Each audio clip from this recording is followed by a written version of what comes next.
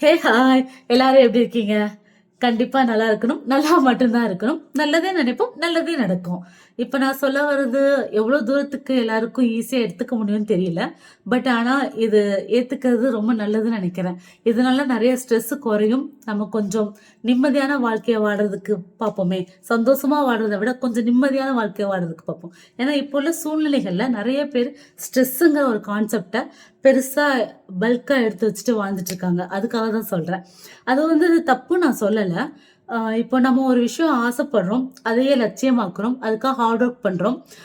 அதுக்காக அவ்ளோ hard work பண்ணிட்டு, அது சக்சஸ் ஆகும்போது அது எவ்ளோ சந்தோஷப்படுறோமோ, அதே நேரத்தில அது ஃபெயில் ஆகும்போது, அது அவங்கவங்க படும்போது தான் அவங்களோட வலி தெரியும்பாங்க.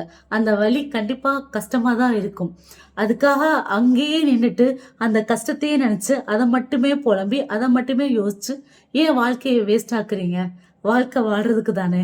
அது நம்ம ஆசைப்பட்ட மாரி இருக்கணும் அப்படின்றத விட, ஒரு கஷ்டத்த அனுபவிச்சுட்டோம் அவ்வளோதான். ஆனா அத மறக்க முடியுதோ இல்லையோ, அத கடக்க பழகலாமே!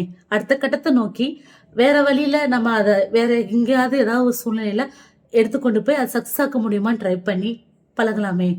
அங்கேயே நின்டு அத புலம்பி, நம்மளும் நிம்மதி இல்லாம, நம்ம படுற கஷ்டத்த பார்த்து நம்ம சுத்தி இருக்கிறவங்களும் கஷ்டப்பட்டு, அந்த ஸ்ட்ரெஸ் ஆயி, அந்த டிப்ரஷன் கொண்டு வந்து, வாழ்க்கைய எதுக்குடா வாழ்றோம்? வாழவே பிடிக்கலன்ற அந்த வெறுப்புலேருந்து வெளிய வந்து, அடுத்த கட்டத்த போம்போது, அந்த அனுபவத்துல பட்ட என்னென்ன தப்புலாம் பண்ணியிருந்தோமோ, அதெல்லாம் எடுத்து கொண்டு வந்து, இங்க செய்யாம, சரியான வழியில கொண்டு போய் சரியா செஞ்சு, நல்லபடியா அடுத்தடுத்து போகலாமே! அப்படி போனா தான் நமக்கு அனுபவம் அதிகமா இருக்கும். நம்ம அடுத்து வர தலைமுறைக்கு சில விஷயங்கள நம்ம அனுபவங்கள சொல்லிக் குடுக்கறதுக்கு நல்லதாவும் இருக்கும்.